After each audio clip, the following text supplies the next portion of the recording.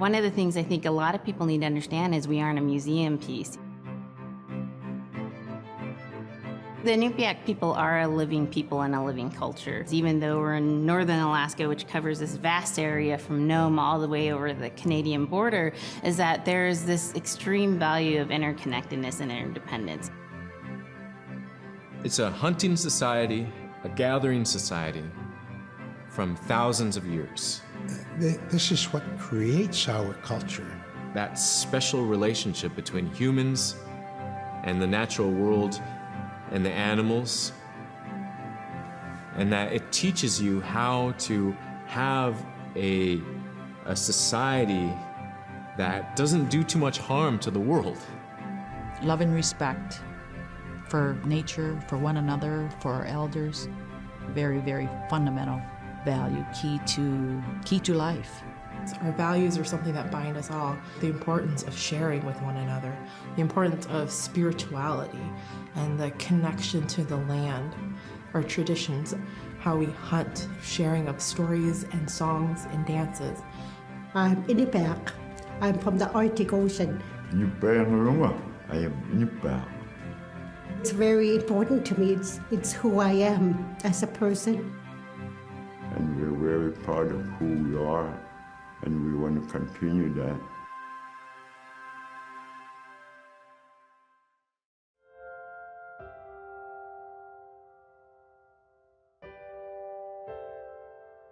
It'd be busy, busy, busy all through the day.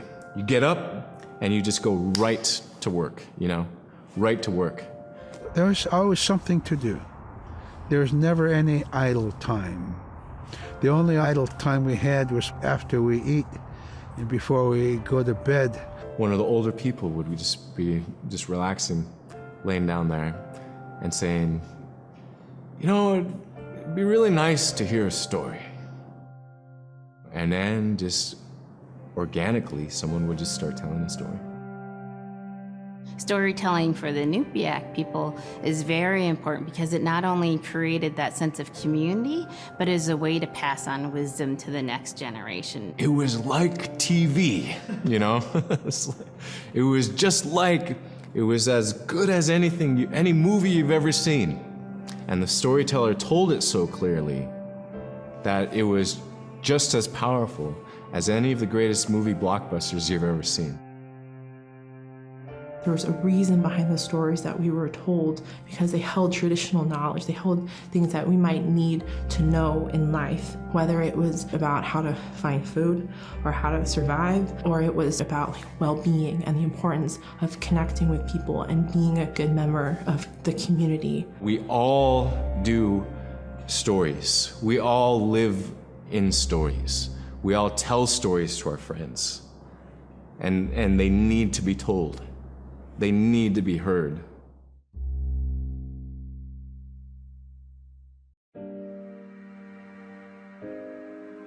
So scrimshaw is this really beautiful method of art that's done either on baleen or ivory, and traditionally it was used to tell stories. Each etching is telling a story of some event. Caribou hunting was taking place. This is what was going on.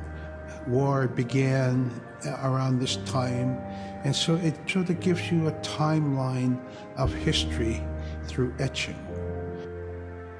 An elder or the person who carved it would literally be able to read the scrimshaw story. They're like reading a book, in a way. A lot of the storytelling traditions would be things that after the storytelling was done, we'd just rely on the next person telling it. And so scrimshaw is a very important way for Alaskan Native people to record their history.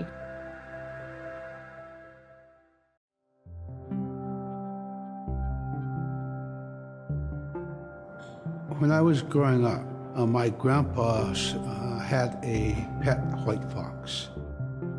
If you're a good friend with a fox, when there's danger abound, they try to keep you from getting into trouble. They pull tricks here and there, and foxes are like spoiled little kids in a way. When you let her out, she'd go prancing out in the snow, jumping in the air. I know she was happy then. come running at me and jump on my chest, knock me backwards, lick my face, and I try not to let it. So that was my memory of my grandpa's pet fox. Caribou was, it provided for us in many ways. Our clothing in those days was made of all caribou skin. I grew up wearing caribou pants, mittens, caribou skin mattress, blankets. Some people had boots that were made with wolf leggings, sealskin sole bottoms. Baleen was shaved to make insoles. They kept us quite dry and warm as well. But the caribou skin clothing was the best. We would get as many yearlings as we could for our outer clothing. And for a heavy winter, we would get caribou in February or March because the hair was the longest and the skin was the thickest, and we would use those for our winter gear. With that stuff on, you could sleep outside in 50 below and it wouldn't bother you a bit.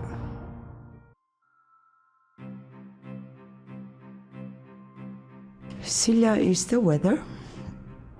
It also means the atmosphere. Here's the Nuna, or the land. And it's anything from the land into the moon, the sun, the stars. That's Silla. It's a very spiritual, and we have a relationship with Silla. Silla has a soul in the same way we do as people, in the same way animals do. I think spirit helpers in and of themselves are really about how we're connected with things. And so it may be that there is a spirit helper that shows themselves as a bird to show you the way home, or it may be a spirit helper that actually decides to show themselves with the face and body of a man instead of their animal form. And so I think one of the things that's hard to understand is that it's not one way of seeing things, it's one way of knowing you're connected to everything. We've always had that spirituality of everything around us. It's the interaction you have with the air you breathe, the ocean that you gather resources from, the rivers from which you gather fish, the tundra from which you pick berries, the animals that give themselves. It's all of that.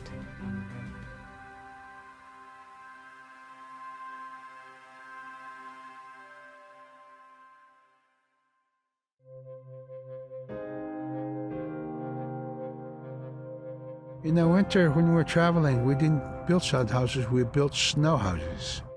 In Canada, they call them igloo, but here in Alaska, we call them apuyak. We'd do a day of travel, and then we'd make a apuyak. The next day, my father would set traps, spend the day there, rest the dogs, give them something to eat, and then the following day, we continued to the next place. We'd go to my dad's sister, who had a house at Dubaruk. They had a small sod house over there. We didn't have to do anything.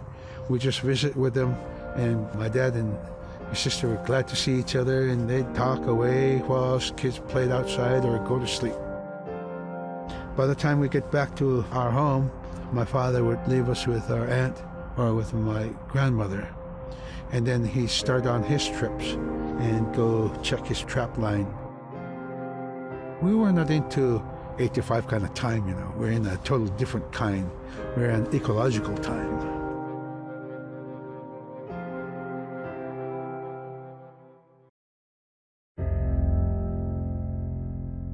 The drum is something that's common to all cultures in Alaska. All cultures have a drum that may have some stylistic differences or differences in the materials that it's made, but it's still in recognition of life and vitality, and the drum mirrors the heartbeat. And when you continue drumming soon, it will be in line with your heartbeat, because that's what it's supposed to be, the heartbeat of the community, and it symbolizes vitality. And it's the most tremendous feeling to be in a room and to have one long row of all the drummers and to have that feeling of unity, everyone beating in harmony, the drum beat in unison, it's the most beautiful feeling. And to know that you're connected, you're on the land that you are connected to. And even if you grew up outside of the community, that which is in you comes from this area. And it's the greatest feeling.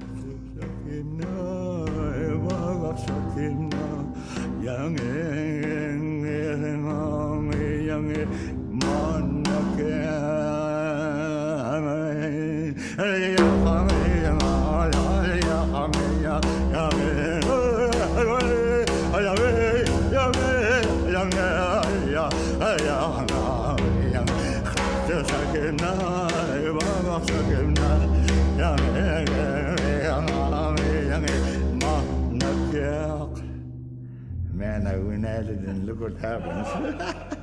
Oh.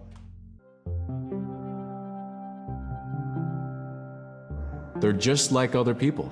They just happen to be very small and extremely strong. These are stories that are common throughout Alaska. It's normally that people are size from your elbow to the tips of your fingers, and they possess superhuman strength. So they may be tiny, but they can carry a whole caribou. And if you go up north and you talk to a number of the people in the community, they'll talk about having seen the little people. There's a place at home that we know, but we don't profess it to anybody. But it's not like the boogeyman. They can be mischievous, they can be ornery, or they can be helpers. And every now and then, we might have the opportunity to see them, especially if they want us to see them. The fact that it's across Alaska really tells you something about our history and how we interacted with nature around us.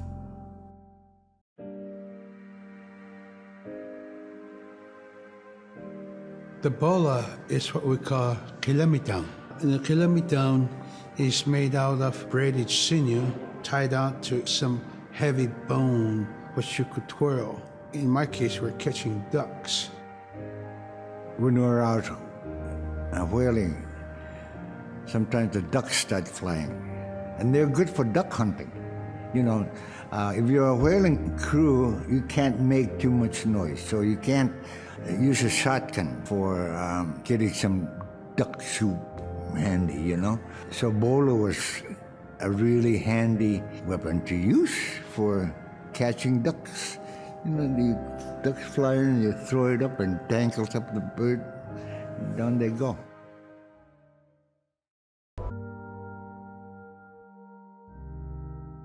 The scariest I've ever been, I was 12 years old. We floated out on a piece of ice while we were duck hunting. It was a bluebird day, just clear blue skies. And there was 3 of us, myself, my brother, and my dad. Next thing you know, we see this dark shadow on the ice. We look and it goes behind us. So we all jumped up, startled, and my dad, he started running. We got back to the ridge there. The ice had fractured, cracked, and broke off, and we were floating away. We were drifting. It was close enough to where my dad would have made it. He stopped and he thought about throwing us across, and if one of us was on the other side, we would be split up. So he stopped, and he just so happened to have a cell phone on him. 911 didn't pick up. That's the worst feeling in the world right there. 911 did not pick up. So he left a message because they record their calls. Once he had relayed that information, his cell phone died. That was the scariest moment I've ever had in my life. We were floating away and I thought we were left for dead. He kept calm during this situation. He's bringing out everything positive in this case. I'm crying, my brother's freaking out. It went from clear blue to dense fog. Within a couple hours, we heard the chopper flying around, so they must have gotten our message. We thought we were saved, and then the chopper sound went away. So we lit some of the sled on fire. It's plastic. We thought black smoke in the fog would create some kind of marker. Chopper pilot had mentioned when we got rescued, you could see a glow in the fog, And he slowed down there, and sure enough, as soon as he slowed down, we got within visual. That was definitely the scariest moment of my life, was floating away and not knowing what the outcome was going to be.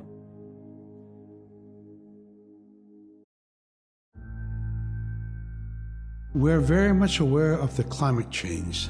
And it's been for many years, even before climatologists were noticing the change, Inuit were already saying, "Sila alangokto." Our climate is changing. If the heat is going the way it is right now, for us it's going to be pretty bad. Different birds are coming, and they're coming earlier, and sometimes rain is more than what we want, because when there's more rain, we know it's going to melt the permafrost. In my time as a young whaler, when I was 9 years old, we're hunting from ice that was about 25 feet thick. And there was giant icebergs already floating, coming by. That was the first signs of a changing climate. Ice that never broke before was now moving. Now, here it is 50 years later, we're hunting whale from ice that's 18 inches thick. There's no more thick ice. It's creating a malfunction in our whaling season, is what it is. And actually, more than that, all seasons in general. I think we are more scientists than more people will realize. We have more knowledge of those things than people will ever know.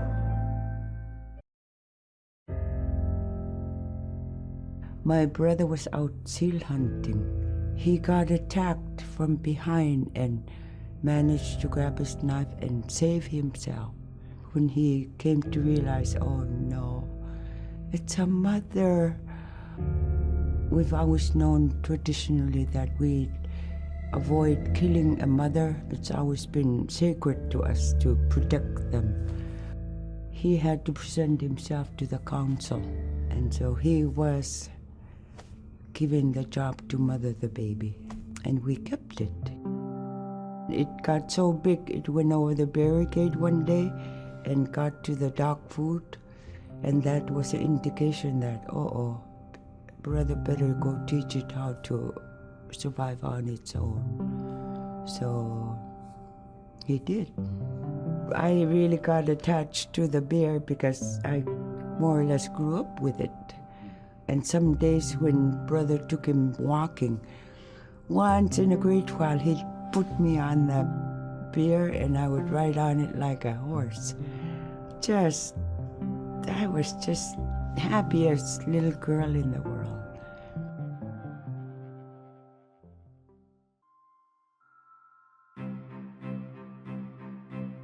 In, Arctic Alaska, hunting is a really important part of life. It's not just about going and shooting something, it's about going and putting food on the table. But more importantly, subsistence hunting isn't just about the insular family unit, it's about feeding the whole community. And I think that's one of the beautiful things about subsistence hunting in Alaska is that people go out and they'll go get, fish, or they'll get a caribou, and they'll get, seals and whales. And one of the first things they'll do is they'll say, oh, I need to take this to the elders. This isn't just about one individual surviving or one family surviving, it's about the whole community.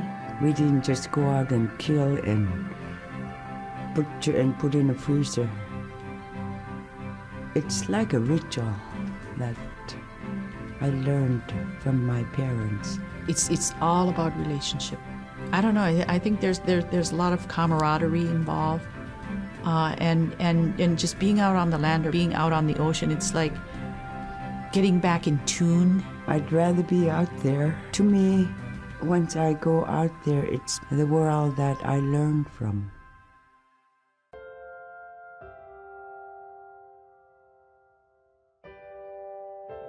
Now we spend all our time out in nature. You get very intimate with the world. And over time, if you're living that life, you start to sense that everything has a spirit. There's a consciousness in everything. Everything is alive. If everything is alive, then we want to respect it. And if we're going to use it, we want to use it respectfully. What I try to tell my nephews and nieces, you know, you love to hunt, you have to take care of the animals that you catch, preparing the food and eating the food that you catch.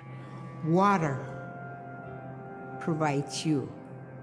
The ice brings you life. It provides all those things that you need to be a part of your life. That was something I grew up with. I grew up respecting the animals. I grew up respecting the land.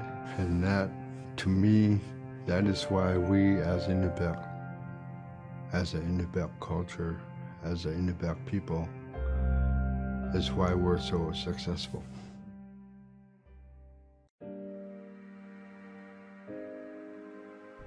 I think most central to the ideology of the Inupiat is the idea of sharing. Being able to feed the community, feed others.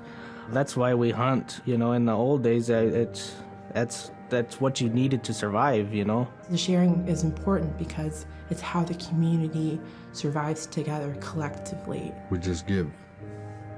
That's how I grew up. That's the way I'm always going to be. Because of who we are, we always think about other people first.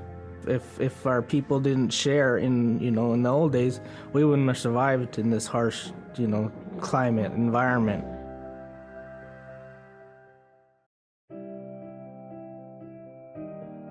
Big Diamond, Little Diamond, and King Island. And in those three islands are the stepping stones to get to America.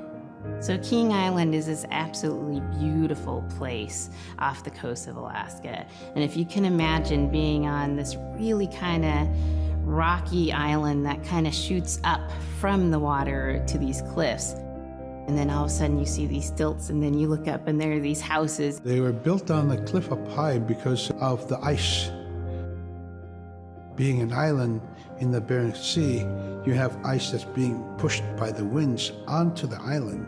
So it's going to pile up 50, 60 feet high. Structures are still there today, and people have returned to King Island. It's a growing community as the people return back to their island.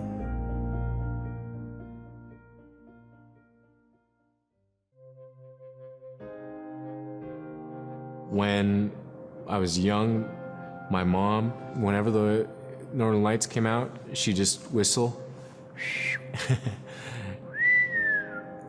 Boy, they come alive. Just keep whistling and that aurora will, just like, you can almost hear it. And then she explained to me a little bit later that those are children, and children who've passed away when they were children. You don't want to draw them in too much, is what she said, because then they could play football with your head, play Eskimo football, and that's what they want to do. They're always playing, those children up there. Don't play out without your hood on. If you don't have your hood on, the Aurora person is going to come down and chop your head off and play ball with your head. It wasn't like they were trying to do bad, or it was like a scary story or anything like that. It was just, that's how it was, that's what it was.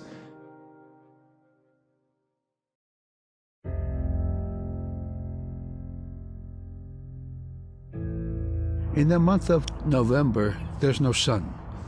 So during that dark time, we travel by the light of the moon. It's quite different. Everything was silver and black. Toward the horizon, we could see where caribou are because their body heat flowing upward, and we could see it glowing in the moonlight against a dark horizon where there's no stars. If somebody yelled, you could know who yelled from where the sound came from, but specifically where that cloud of their breath went up and it glowed in the moonlight. So that was a good time to travel. It was very surrealistic. And so things that were dark objects looked very close, and white objects looked very far.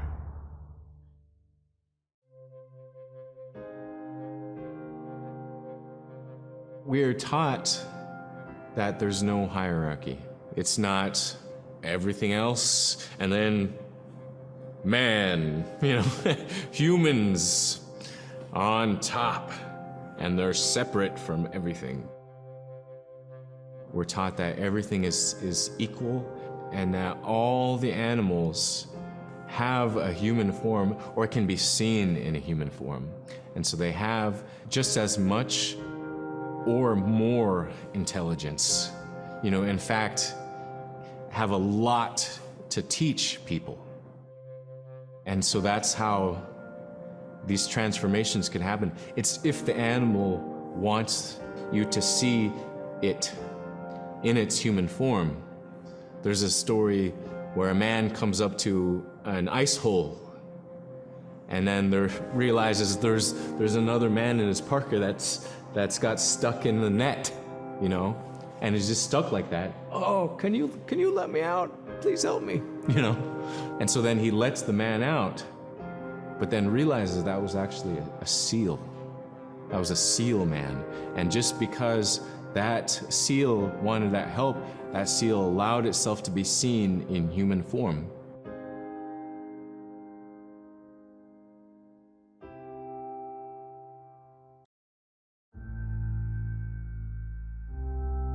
We have our Dimi, the body, which returns to Nuna, the earth.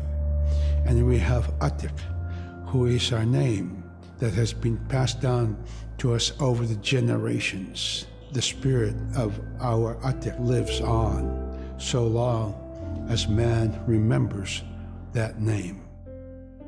It would be hard to describe what happens after death. The feeling is that when our Anik returns to Sila, then that may be reborn if the name is passed on to a new child who can then retain some of the memories of the original name. And so it's not uncommon for grown-ups or adults to meet a child who has the same name maybe as their grandmother and say, "Hi, Aka," which means grandma, "Hi, Appa," or "Hi, little mom," or "Hi, little dad," because it's the traditional belief that the soul, is continuing on. Humans are renewed and replenished over time. Just like our plants. Every year, flowers are born and bloom and they die. Next year, they are born again.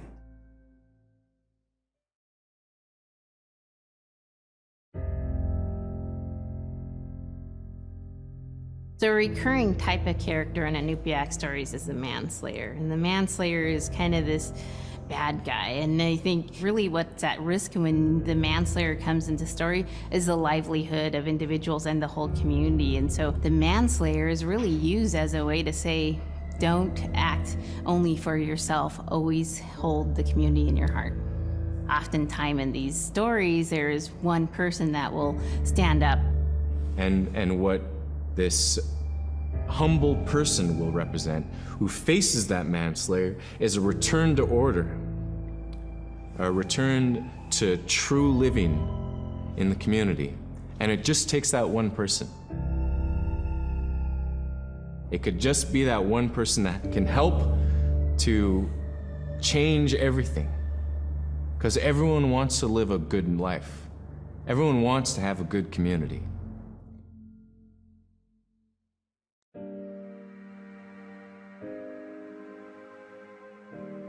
With regard to the environment, the blizzards have been one of the key elements that have impacted the survival of people, especially in the hard winter. We know a blizzard is coming when the moon is starting to get fuzzy. We also look at the stars. When the stars are twinkling fast, we know a storm is approaching. We look to the clouds in the sky to give us a direction the storm is coming from. We learn these as children by observing weather on a daily basis.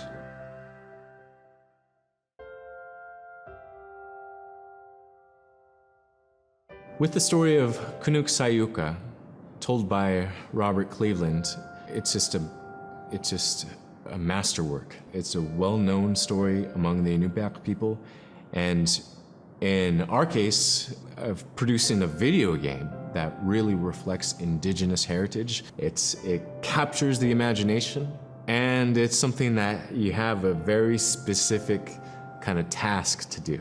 There's a blizzard, and it is just a non-stop blizzard that is overpowering the people. And there's one man that wants to figure it out.